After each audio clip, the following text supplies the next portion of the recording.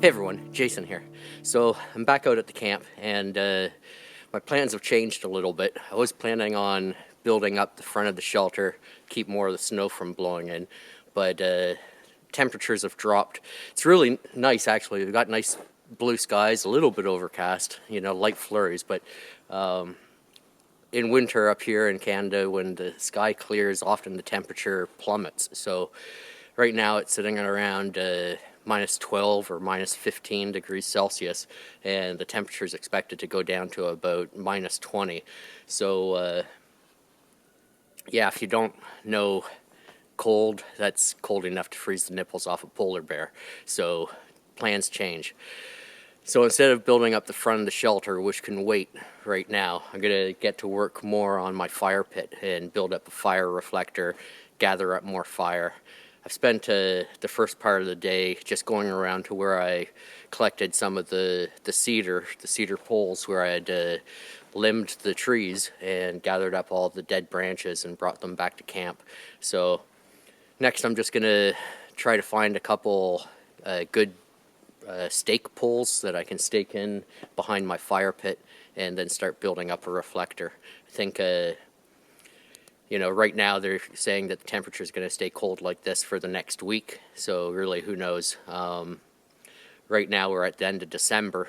Usually you get a lot of snow around this time of year, and then it gets colder throughout January, and then February is usually really cold. So seeing temperatures like they are now, we really don't know, especially with climate change, anyone's guess. So yeah, anyhow, get to work on the fire reflector, gather up some more firewood. Once I have that, then I know that I can work away, and if I get cold, I can build up a fire to stay warm. So yeah, that's the plan.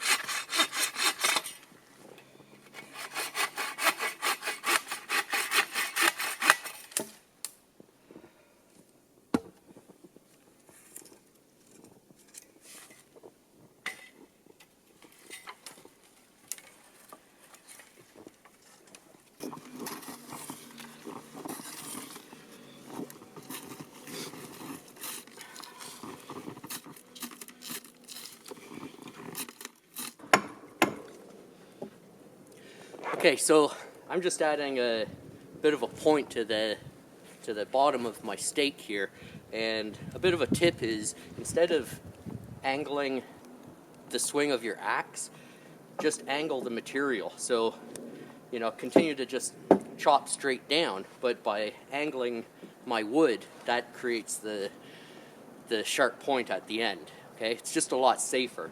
If I swing the axe on an angle, it's more likely that it'll just bounce off. Okay.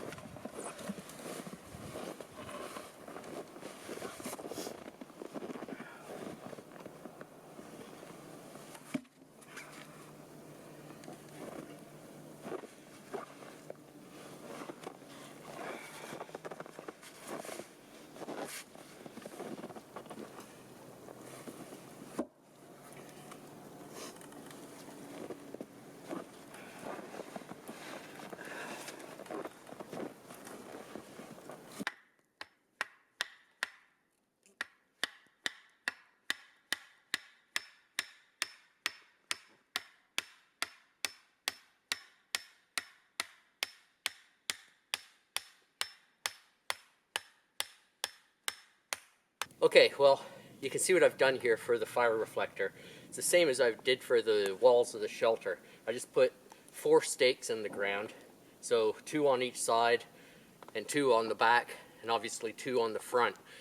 And then I just stacked up some wider logs here, and then I will go higher, but I'm losing daylight right now. Snow started to come down. I can feel the temperature dropping as well.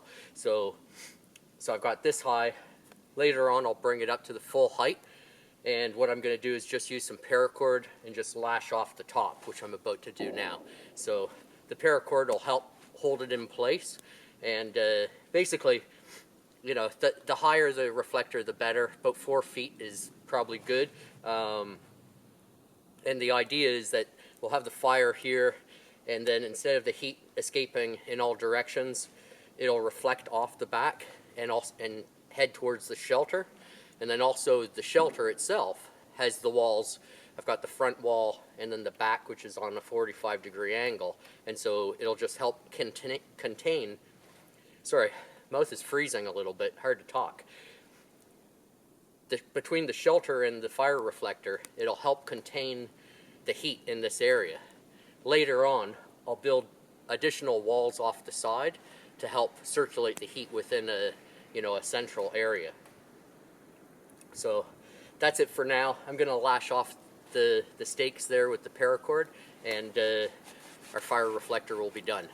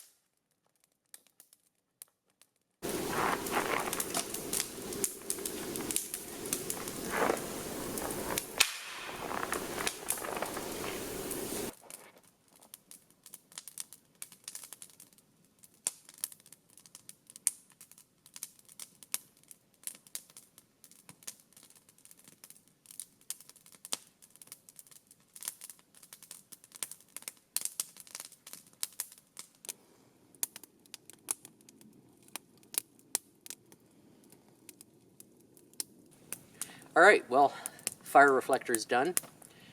Now I can dry my gloves and just relax for a while. Next time I'm out, I'll finish putting the front wall on the shelter and do some other camp improvements, better seating. You know, there's a bunch of things that I want to get done. If you haven't already subscribed, please do. If you have any comments, leave a comment. Give the video a thumbs up if you like it. And yeah, thanks for watching.